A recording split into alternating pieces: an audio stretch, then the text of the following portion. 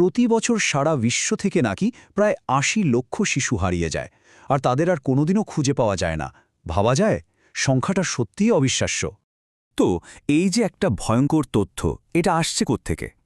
সোর্সের মতে এর উৎস হল ন্যাশনাল ক্রাইম ব্যুরো আর বিভিন্ন মিডিয়া রিপোর্ট। আর এই তথ্যের ওপরেই কিন্তু পুরো ষড়যন্ত্রের থিওরিটা দাঁড়িয়ে আছে। আজকের আলোচনায় আমরা কি বিষয় নিয়ে কথা বলবো একবার দেখে নিই। প্রথমে আমরা দেখব এই অদৃশ্য মহামারীর ভয়াবহতা, তারপর এর পেছনে থাকা এক গোপন ক্ষমতার কাঠামো, এরপর শুনব যুদ্ধক্ষেত্র থেকে আসা কিছু মারাত্মক অভিযোগ, তারপর প্রিন্স অ্যান্ড্রুর ঘটনা এবং সবশেষে জেফ্রি এপস্টিনের রহস্যময় পরিণতি। তো প্রথমেই আসা যাক এই অদৃশ্য মহামারীর কথায়। সোর্সটার মতে শিশু পাচার এমন একটা অপরাধ যা নিয়ে খুব বেশি কথা হয় না। কিন্তু কেন? বলা হচ্ছে কারণ এর শেকড় নাকি সমাজের এতটাই গভীরে যে অনেক বড় বড় প্রভাবশালী ব্যক্তিরাও এর সাথে জড়িত। কিন্তু কথা হচ্ছে, এত বড় একটা নেটওয়ার্ক চলে কি করে? এখানে সোর্সটা তার মূল তত্ত্বটা সামনে আনে, আর অভিযোগের আঙুল সরাসরি তোলা হয় ব্রিটিশ রাজতন্ত্রের দিকে। বলা হচ্ছে তারাই নাকি এই গোপন ক্ষমতার একদম কেন্দ্রবিন্দুতে রয়েছে। এই যেমন ধরেন FCDOর কথা, মানে foreign Commonwealth and development office. বাইরে থেকে দেখলে মনে হবে একটা সাধারণ সরকারি বিভাগ, তাই না? কিন্তু সোর্সের দাবি এর আসল উদ্দেশ্য নাকি একদমই আলাদা। বলা হচ্ছে এটা নাকি সরাসরি রাজার নিয়ন্ত্রণে চলে, আর তারাই ঠিক করে দেয় কোথায় যুদ্ধ হবে বা কোন দেশের সরকারের পতন ঘটবে। সোর্সটার মতে রাজতন্ত্র শুধু অন্য দেশই নয়, নিজেদের দেশে নির্বাচনেও নাকি প্রভাব ফেলে, আর এর জন্য নাকি 4টা ধাপ ফলো করা হয়। প্রথমে নিজেদের পছন্দের একজন প্রার্থীকে বেছে নেওয়া হয়, তারপর বিবিসির মতো সংবাদ মাধ্যম ব্যবহার করে তার একটা দারুণ ইমেজ তৈরি করা হয়, এরপর তার প্রতিপক্ষের বিরুদ্ধে নেগেটিভ প্রচার চালানো হয়, আর সবশেষে বিরোধী দলের ভোটাররা যাতে ভোট কেন্দ্রে পৌঁছাতে না পারে তার জন্য নাকি ট্রাফিক জ্যাম তৈরির মতো ব্যবস্থাও করা হয়। এই ক্ষমতার জালটাকে সোর্সটা এরপর জুড়ে দিচ্ছে একদম সাম্প্রতিক একটা ঘটনার সাথে, ইউক্রেন যুদ্ধ। আর এখান থেকেই এমন কিছু অভিযোগ সামনে আসছে যা সরাসরি যুদ্ধক্ষেত্র থেকে উঠে আসা। হোয়াইট অ্যাঞ্জেল নামে একটা বাহিনীর কথা বলা হচ্ছে, যারা নাকি MI6-এর হয়ে কাজ করে।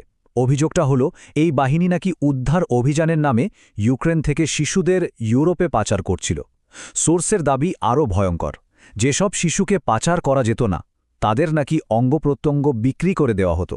কিন্তু এত বড় একটা অভিযোগ, এর ভিত্তিটা কি? সোর্স এক্ষেত্রে একজনের নাম বলছে, ইউক্রেনের গোয়েন্দা সংস্থা SBU এর এক কর্মকর্তা লেফটেন্যান্ট কর্নেল ভাসিলি প্রজোরভ। বলা হচ্ছে তিনিই নাকি এই সব তথ্য ফাঁস করেছেন আর এখন নিজের নিরাপত্তার জন্য ইউক্রেনের বাইরে থাকেন। আর ঠিক এইখান থেকেই এই ষড়যন্ত্রের গল্পটা গিয়ে পৌঁছায় একেবারে ব্রিটিশ রাজপরিবারের দরজায়। সোর্সটি এবার নির্দিষ্ট অভিযোগ আনছে প্রিন্স অ্যান্ড্রুর বিরুদ্ধে, যা পুরো বিষয়টাকেই একটা নতুন দিকে ঘুরিয়ে দেয়। সোর্সের দাবি অনুযায়ী 2023 সালের জুন মাসে প্রিন্স অ্যান্ড্রু একটা গোপন সফরে ইউক্রেনে যান। 4 জুন একটা বিমান ব্রিটেন থেকে পোল্যান্ডের দিকে রওনা দেয়।